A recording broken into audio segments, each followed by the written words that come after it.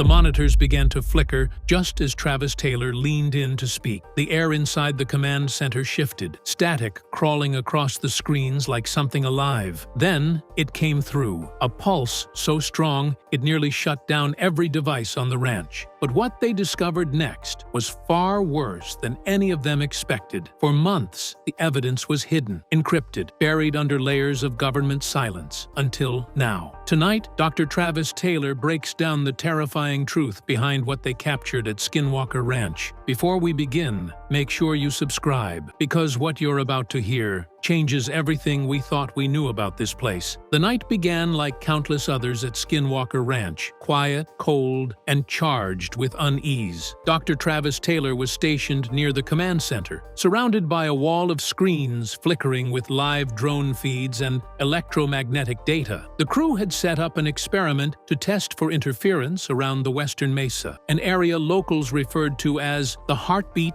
of the ranch. The readings had been stable for hours, until suddenly, every monitor flashed red. The instruments screamed as electromagnetic frequencies spiked into impossible ranges. At first, Travis thought it was a system overload, equipment failure from Utah's brutal desert cold. But when 3 separate meters began pulsing in identical rhythm, his stomach sank. This wasn't random noise. It was communication. Outside, the night erupted with movement. The cattle in the far pasture stampeded toward the fence, their cries echoing across the canyon. One of the thermal cameras locked onto a heat signature hovering 20 feet above the ground. It moved deliberately, pausing, rotating, then drifting across the field like it was scanning the land below. The team scrambled to track it, but every piece of equipment started to fail in sequence. The radar jammed, the Wi-Fi cut, even the backup generator stalled for a full 30 seconds. In the silence that followed, they could hear a faint, low-frequency hum, like an engine idling somewhere beneath the earth. Taylor stared at the pulsating graphs on his screen, realizing the impossible truth. The signal wasn't just interference. It was repeating with precision. 3 pulses, a pause, 3 more pulses. The exact pattern used in Morse code to signify distress, SOS. It's responding to us, he whispered. It knows we're watching. The realization rippled through the team. Whatever was out there wasn't random energy, and it wasn't natural. It was deliberate, intelligent, and somehow it was watching them right back. That night, Skinwalker Ranch would cross a line it could never return from. The following morning, the team gathered around the control station, still shaken. Travis Taylor replayed the data feed frame by frame, his face illuminated by the ghostly glow of the monitors. What he found made the hair on the back of his neck stand up. The frequency spikes from the night before were unlike anything he had ever seen. Instead of random bursts, the energy waves formed perfect geometric patterns, hexagonal shapes, repeating at mathematically precise intervals. These weren't just frequencies, they were codes. When the data was run through a spectrographic analyzer, the results came back with values that didn't match any known man-made transmission. They existed in the terahertz range, beyond what most civilian instruments could even detect. The strangest part was that the same exact signal appeared deep underground. The sensors buried beneath the mesa mirrored the readings from above almost perfectly, as if the Earth itself was pulsing with the same intelligence. Travis's first instinct was to look for interference, maybe a feedback loop from a nearby power line or satellite, but there were none for miles. The energy didn't match commercial or military signatures either. It was clean, stable, and eerily consistent. "It's like something alive," Taylor muttered, watching the rhythmic pulses move in waves across the digital map. Eric Bard, the ranch's chief technologist, confirmed what everyone was afraid to say. The data wasn't a glitch, it was a response. When they transmitted low-frequency sound waves into the soil to test for geological feedback, the anomaly shifted its frequency upward, as though it was countering their signal. Within seconds, every piece of equipment monitoring the test overheated and shut down.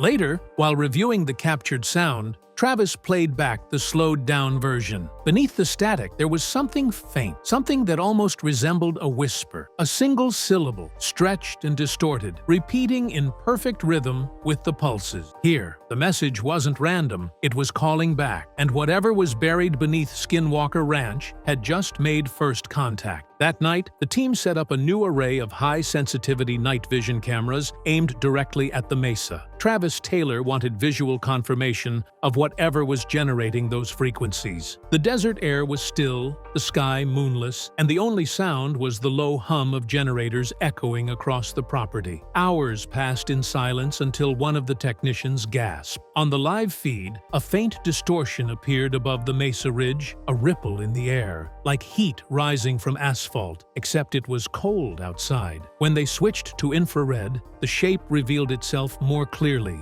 a spherical anomaly, almost transparent, pulsing in rhythm with the same 3-beat pattern from before. Travis leaned forward, staring in disbelief. The object wasn't emitting light, it was bending it. The stars behind it warped, their positions shifting ever so slightly, as though gravity itself was twisting. On radar, it showed up as a solid contact, something physically there, yet invisible to the naked eye. Moments later, one of the surveillance drones flying nearby abruptly lost control, its camera feed spinning wildly before cutting to black. When they recovered the drone the next day, its onboard data recorder contained a few seconds of corrupted video, but frame by frame, deep within the static, something could be seen. At first, it looked like a burst of light, but when enhanced, the image revealed structure, a vast geometric mass hovering silently above the mesa. Angled surfaces, reflective patterns, and strange inscriptions that appeared to shimmer like liquid metal. The object was massive, easily hundreds of feet wide, yet it vanished from radar as quickly as it appeared. "That's not a craft," Travis whispered, his voice shaking. "That's a doorway." A sudden vibration rattled the command center windows, followed by an electromagnetic pulse that knocked out power across the entire property for 7 full minutes. In that darkness, several crew members later reported seeing small glowing orbs hovering outside the windows, silent, watching, moving in perfect synchronization. When the lights flickered back on, the distortion was gone, and the night returned to an eerie, unnatural stillness. But the readings on the monitors told a different story. The anomaly hadn't disappeared. It had moved closer. The morning after the blackout, the ranch felt heavier, like the air itself had absorbed the fear from the night before. Travis Taylor walked the property with Eric Bard, inspecting the equipment. That's when they noticed something wrong near the north pasture. One of the cattle was missing from the herd. The GPS tag on its collar was still transmitting, but the signal wasn't moving. When they found it, the animal was lying perfectly still in the grass, untouched, no signs of a struggle, and no blood. Its eyes were open, but glassy and lifeless. The other cows refused to go near it, forming a wide circle as if obeying some primal instinct. The closer Travis got, the stranger it became. The animal's hide wasn't torn or burned. It was flawless, but when he tried to lift one of the legs, it felt unnaturally light. A small incision near the rib cage caught his attention, a perfect oval about 3 inches long, as if done by a surgeon's laser. Inside, the organs were gone, completely gone. No traces of removal, no pooling, no blood, just empty space. The tissue surrounding the cut was cauterized, burned from the inside out. Travis radioed for the rest of the team. Within minutes, their radiation meters began spiking. The soil around the carcass was magnetized, and the air temperature dropped by several degrees within a matter of seconds. When they examined the animal with ultraviolet light, faint symbols became visible on its skin, circular patterns resembling constellations, glowing briefly before fading away. They collected samples and sent them to 3 independent labs. 2 refused to release their findings, citing anomalous biological properties. The third analyst, who initially agreed to run full DNA and isotopic testing, suddenly vanished, stopped responding to emails. His phone disconnected. The report he was preparing was never submitted. Travis later admitted that this was the moment everything changed. "We weren't dealing with just energy anymore," he said quietly. "Something here was alive, something that kills without leaving fingerprints, and watches us do the cleanup." That night, they placed motion cameras around the pasture. At 3:12 a.m., one of them captured movement, a shimmering distortion hovering directly above the carcass, as if feeding on the fear it had created. By the 5th week of the investigation, Travis Taylor had grown obsessed with one location. The mesa. Every data reading, every electromagnetic anomaly, every pulse of radiation seemed to point back to that massive sandstone formation that loomed over the ranch like a watchful guardian. Beneath it, the sensors recorded bursts of energy that matched the exact timing of the night they saw the distortion in the sky. "It's like something's buried there," Travis muttered during one of the team meetings. "Something that's waking up every time we test the area." With Brandon Fugel's reluctant approval, the crew brought in a drilling rig to sample the subsurface layers. The drill cut easily through the first few feet of soil, but then, at exactly 12 feet down, it stopped cold. The bit screeched against something metallic. Thinking it was an old pipe or geological deposit, they tried again, increasing torque. The drill refused to move. When they retracted the shaft, the tip was partially melted, as if it had struck something superheated. Eric Bard deployed the ground-penetrating radar, sending pulses into the mesa. What came back silenced everyone in the command center. The radar displayed the outline of a massive rectangular structure buried deep inside the rock. The edges were too perfect to be natural, sharp right angles, hollow spaces, and reflections suggesting some form of alloy. "That's not geology," Eric whispered. "That's engineering." The moment they transmitted a stronger pulse to confirm density, every camera around the mesa began to flicker. The air pressure dropped suddenly, creating a low-frequency hum that shook the equipment trailer. Within seconds, a visible shimmer rose from the hole, like heat waves, but dense and fluid. The phenomenon expanded outward, passing through the cameras and sensors, distorting them as if space itself was warping. Minutes later, 3 crew members fell violently ill. One collapsed, clutching his head, claiming he heard a deep, vibrating voice in his skull repeating, "Leave this place." Another began vomiting blood. Travis immediately ordered the dig shut down and sealed the site. Later, radiation scans revealed a spike equivalent to a short-term nuclear burst, localized entirely around the hole. As they packed up for the night, Travis looked back at the mesa and muttered, "Whatever's under there isn't sleeping anymore." 2 weeks after the failed drilling attempt, a convoy of unmarked black SUVs rolled down the dirt road toward Skinwalker Ranch just after dawn. Brandon Fugel was the first to see them on the security feed. 4 vehicles, tinted windows, no plates. Within minutes, men in plain tactical gear stepped out, flashing vague credentials and claiming to be Department of Energy consultants. They didn't introduce themselves, and none of them spoke directly to the cameras. Travis Taylor arrived moments later, demanding to know why they were there. The lead agent calmly replied, "We're here to collect hazardous material." They moved with precision, heading straight for the command center. Without permission, they began disconnecting the primary data drives, the same ones containing the original electromagnetic frequency readings, the drone footage of the anomaly, and the mesa radar scans. When Travis tried to intervene, another agent placed a gloved hand on his chest and said coldly, "This data belongs to national security now." Within 10 minutes, the drives were packed into metal cases and loaded into the back of the SUV-S. The men refused to answer further questions and left as abruptly as they arrived, disappearing down the dirt road toward the main highway. Brandon called every contact he had within the Department of Energy, but none could confirm an operation taking place in Utah. One even warned him to stop asking questions. Later that evening, Travis sat in silence, staring at the blank screens in the command trailer. "They didn't just take our evidence," he finally said. "They took the truth." Weeks later, during a podcast interview, Travis hinted that one of the agents had accidentally mentioned a phrase, Project Blue Fold. It sounded eerily similar to the infamous Project Blue Book, the U.S. Air Force's classified UFO study. Was this its continuation, a reactivation under a new code name? After that day, the official digital records from the ranch began disappearing one by one. Hard drives corrupted, cloud backups mysteriously wiped. Even personal copies that Travis kept offline started returning error codes as if the files were being remotely erased. The message was clear. Someone, somewhere, didn't want this story told, but Travis wasn't about to stop. "If they think they can bury this," he warned, "they've underestimated the ranch and me." By the time the team regrouped to review the evidence,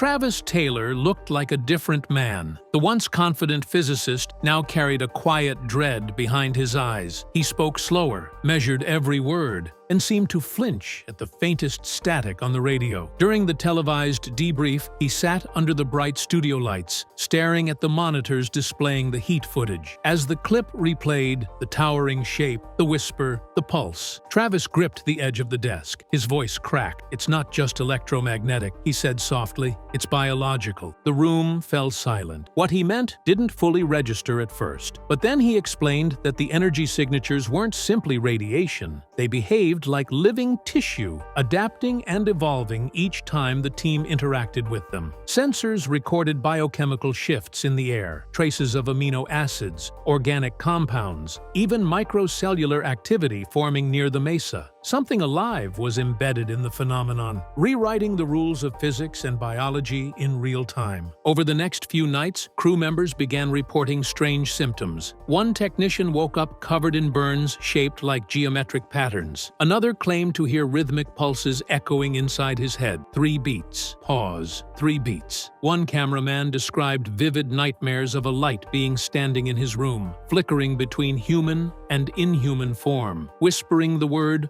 "observe." He resigned 2 days later and refused to ever set foot on the ranch again. Then it got worse. Radiation detectors spiked without warning, electronics failed for hours at a time, and a black residue began appearing on the walls of the command trailer. Samples of it contained unknown proteins, similar to human DNA, but mutated beyond recognition. "Whatever this thing is," Travis said, "it's learning from us. It's adapting to our presence." The moment he said that, every screen in the control room flickered. The pulse pattern returned. 3 beats. Pause. 3 beats. The same frequency that started it all. Only this time, the signal wasn't coming from underground. It was broadcasting from inside the trailer. The command trailer fell into silence as the pulse filled the air, vibrating through every metal surface like a living heartbeat. Travis Taylor stared at the monitor, frozen. The signal they'd chased for months was no longer beneath the mesa. It was inside their systems, spreading through every circuit, every feed, as if the ranch itself had come alive. The lights dimmed, and a low hum began to rise from the floor. One of the technicians screamed that the frequency was spiking beyond measurable range. Then, just as suddenly, it stopped. The hum faded, the air grew still, and the screens went black. When power finally returned, a single line of text scrolled across the main monitor, white letters against static. "We see you!" The message vanished before anyone could screenshot it. Travis sat there motionless, then whispered, "It's aware. It's been aware the whole time." In his closing statement to the network, he said only one thing: "The evidence is undeniable. We are dealing with something that exists beyond physics, and it knows we're watching." Since that night, the data from Skinwalker Ranch has been sealed. Every document related to the event classified, but the 1.6 gigahertz pulse still returns every few nights, echoing across the valley. 3 beats. Pause. 3 beats. Like a living signal waiting for someone to answer. And though the team no longer broadcasts live from the ranch, locals swear they still see strange lights hovering over the mesa after dark, silent, steady, and watching. Travis won't speak publicly anymore, but in one leaked voicemail he left for Brandon Fugel. His voice trembled as he said, "It's not done with us. It's calling us back. Whatever's buried under Skinwalker Ranch didn't want to be found, and now it may never let them leave."